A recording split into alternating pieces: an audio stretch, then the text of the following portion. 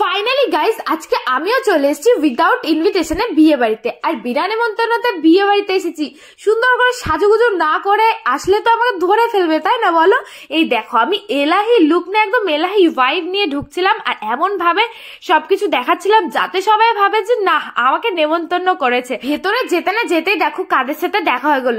সবাই তো হাই করে দিল আর তারপরে ভাবলাম যে না, একটু বউয়ের কাছ থেকে ঘুরেই আসি। আর বউ যেখানে বসেছিল, বাপরে বাপ, দুপাশে দুটো বাউন্সার দাঁড়িয়ে ছিল। আমার তো ভীষণ ভয় লাগছিল। এই না জিজ্ঞাসা করে ফেলে যে তুমি কার পক্ষ থেকে এসেছো।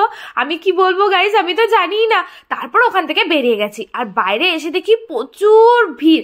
আরে এত সুন্দর অ্যারেঞ্জমেন্ট কে করেছে জানো? Annapurna event caterers. আমি নিচে নাম্বারটা দিয়ে দেবো, তোমরা চাইলে কিন্তু যোগাযোগ করে নিতে পারো। আর এই দেখো, আমি কিন্তু ফার্স্টেই কাবাব কাউন্টারে চলে গেছিলাম। কাবাব কাউন্টার থেকে এক প্লেট কাবাব নিয়ে একটুখানি খেয়ে দেখলাম, আমার দারুণ লেগেছে কাবাবগুলো। তারপরে ভাবলাম যে গলাটা একটু শুকিয়ে আসছিল, তো কফিও ছিল ওখান থেকে। আমি দেখো কাপ প্লেটে করে কফিও নিয়ে নিয়েছি।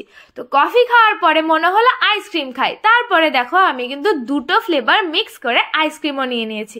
এবার আরো কাউন্টার ছিল, যে পানের কাউন্টার ছিল, কিন্তু আমি তো গেছিলাম বিনা নেমন্তন্নতে খেতে। পান খেলে মুখটা নষ্ট করলে হবে বলো তো? ঠিক তার পাশের কাউন্টারে এখানটাতে ধোয়া ওঠা বিস্কিট ছিল।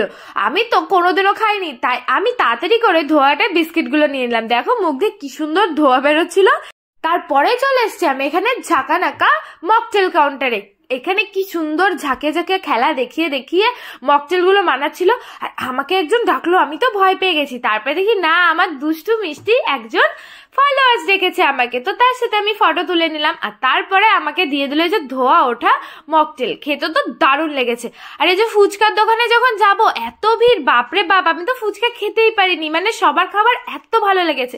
তো তারপরে আমি কিন্তু চলে এসেছি এখানটাতে খেতে। আর হ্যাঁ, এই এত সুন্দর ইভেন্ট ম্যানেজমেন্ট কিন্তু করেছে অন্নপূর্ণা ইভেন্ট ক্যাটারার্স। তোমরা চাইলে কিন্তু এই যে ফোন নাম্বার দিয়ে দিয়েছি, যোগাযোগ করে। আবার ওখানে গিয়ে দেখি কেউ আসেনি খেতে, তাই সোজা চলে এসেছি রান্নাঘরে, যে কি কি রান্না হচ্ছে এটা দেখে আসি চট জলদি। এখানটাতে এই দিদিমা বানাচ্ছিল কিন্তু মাছের পাতুরি। আর তারপরে দেখি তার পাশে তৈরি হচ্ছিল যে পনির শাটে, গরম গরম একদম ভেজে নিল পনির শাটে গুলো। আর দেখো এখানে রেখেও দিয়েছে কিন্তু ভেজে ভেজে। তার পাশেই আমার চোখ পড়লো এখানটাতে উড়ন্ত রুমালি রুটি। আমি তো দেখে অবাক, দেখো কি সুন্দর ভাবে উড়িয়ে উড়িয়ে রুটিগুলো তৈরি করছে। আমি তো কোনোদিনও দেখিনি গাইজ, আমি এই ফার্স্ট টাইম দেখলাম। তো তারপরে দেখি লোকজন চলে এসেছিল, তো আমিও খেতে বসে পড়েছি। যে ফার্স্টে প্লেট দিয়ে দিল আর প্লেটের উপরে রাখার জন্য একটা ফয়েল পেপারও দিয়ে দিয়েছিল। আর এই যে মেনু কার্ডটা তোমাদের দেখিয়ে দিই, পজ করে কিন্তু তোমরা মেনু কার্ডটা দেখে নিও। কিন্তু প্লেটে দিয়ে দিয়েছিল একটা লেবু, আর তারপরে দিয়ে দিয়েছিল এইখানটাতে ওই যে পনির সাথে তৈরি হচ্ছিল না, সেইটা। পনির সাথে তো তখন শুধু ভেজে রেখেছিল, আর এখানটাতে গ্রেভি গ্রেভি ভাবে দিয়েছিল। আর গাইস এত গরম ছিল যে আমি খুলতেই পারছিলাম না। তারপর মুখে দিলাম টপ করে, আর আমার এত ভালো লাগলো কি আর বলবো। তো ওর সাথে খাওয়ার জন্য কিন্তু এখানটাতে স্যালাড দিয়েছিল। পনির শাটের ওপরের কোটিংটা আমার এত টেস্টি লাগছিল কি আর বলবো। এই যে পনিরগুলো জাস্ট সফটনেসটা দেখো, এত সুন্দরভাবে প্রপারলি কুকড হয়েছে। আর পনিরের সাইজগুলো দেখেছো কত বড় বড়, আর এত গরম ছিল আমি না ধরতেই পারছিলাম না।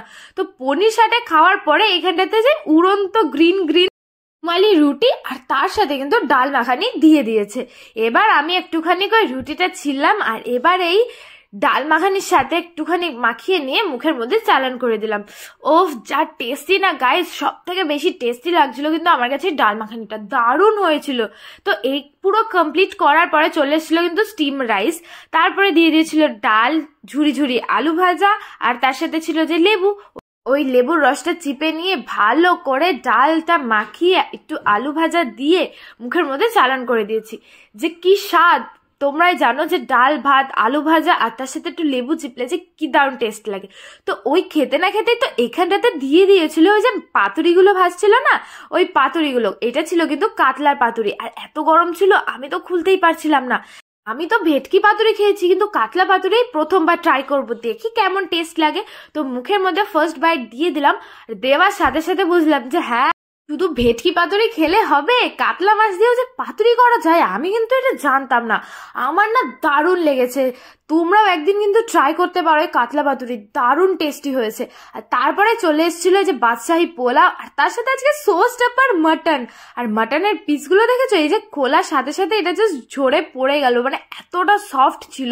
এবার এই মাটনটা আমি একটুখানি খেয়ে দেখি যে কেমন হয়েছে। জাস্ট মুখে দেওয়ার সাথে সাথে মিলিয়ে যাচ্ছিল, এত টেস্টি হয়েছিল মাটনটা কি বলবো।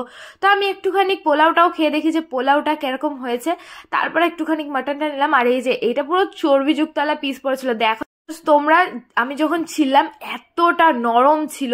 তো তারপরে তো আমি আরো 2 পিস মাটন এখানটাতে নিয়ে নিয়েছি, কিন্তু দুঃখের বিষয় আমাকে আজকে নাল্লি পিস দেয়নি।